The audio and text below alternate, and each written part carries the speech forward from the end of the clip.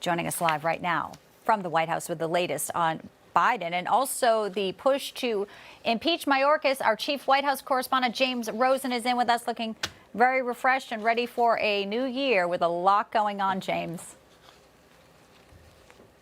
Bianca, good afternoon and Happy New Year to you. President Biden has largely taken a hands-off approach to the Democrats' negotiations with congressional Republicans over border funding and border policies. Those negotiations, as our viewers will recall, sputtered to a halt just before the holidays, and they have now resumed, at least on the Senate side, this week. The Bidens arrived back in Washington from the U.S. Virgin Islands a little before 10 p.m. Eastern last night. In a statement this morning, an aide to the president faulted the 6 House Republicans visiting the Texas border today, including Speaker Mike Johnson, for blocking President Biden's funding proposals and thereby obstructing the hiring, the White House says, of, quote, thousands of new Border Patrol agents, asylum officers, and immigration judges.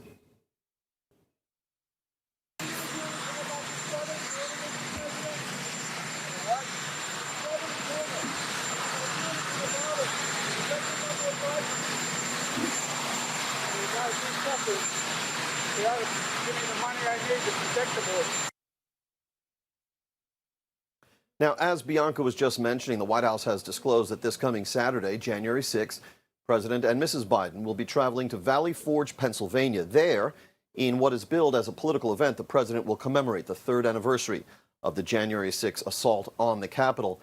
And the catchphrase here in gossipy, buzzy, official Washington that's drawing a lot of notice right now is "full Hitler," believe it or not.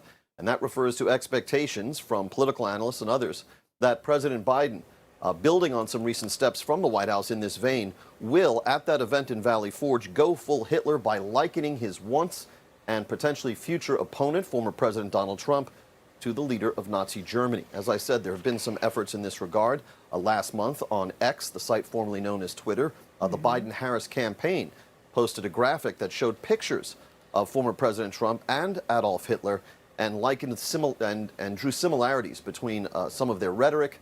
This is not a coincidence, that graphic said. Now, you may know this, and a lot of our viewers may know this, Bianca. There's something online known as Godwin's Law.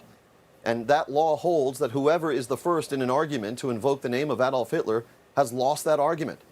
Clearly, the senior officials on the Biden-Harris campaign are betting otherwise. Bianca. Clearly, and so much for all the talk of being a unifier here. It is an interesting turn for sure. We'll see how they execute that play. Clearly, today it's all about the border as well. James Rosen live for us at the White House. Good to see you.